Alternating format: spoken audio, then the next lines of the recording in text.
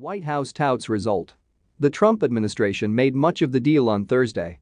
Friedman congratulated the U.S. president on what he called the historic agreement in the Oval Office.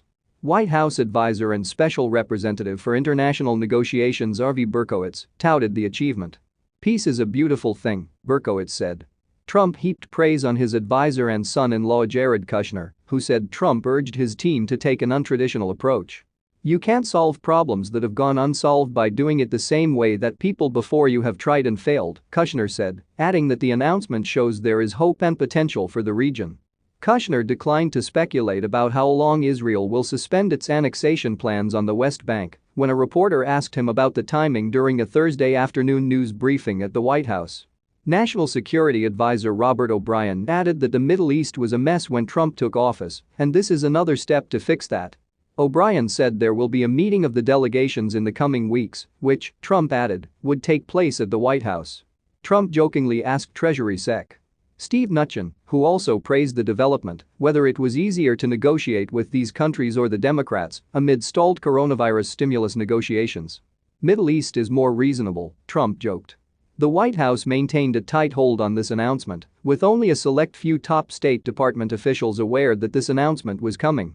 Most working-level State Department officials were surprised when the announcement came, said two State Department officials speaking on the condition of anonymity because they were not authorized to speak on the record. Last week when an interagency delegation traveled to the UAE, a peace agreement with Israel was not discussed, the officials said. "This is a game changer," one of the officials said. "Simply put, this is breaking out of the mold."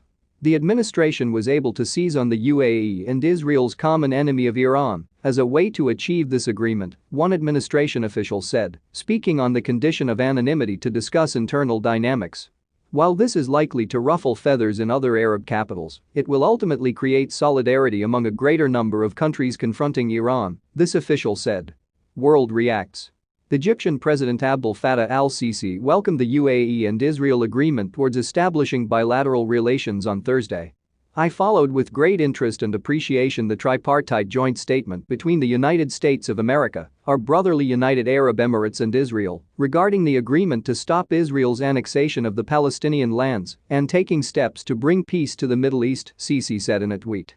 UK Prime Minister Boris Johnson welcomed the UAE and Israel's decision. "The UAE and Israel's decision to normalize relations is hugely good news," Johnson tweeted. "It was my profound hope that annexation did not go ahead in the West Bank, and today's agreement to suspend those plans is a welcome step on the road to a more peaceful Middle East," he added. UK Foreign Secretary Dominic Raab said in a statement on Thursday. "This is an historic step which sees the normalization of relations between two great friends of the UK. We welcome both the decision by the UAE to normalize relations with Israel, as well as the suspension of plans for annexation, a move the UK has opposed, as it would have been counterproductive to securing peace in the region. Ultimately, there is no substitute for direct talks between the Palestinians and Israel, which is the only way to reach a two-state solution and a lasting peace."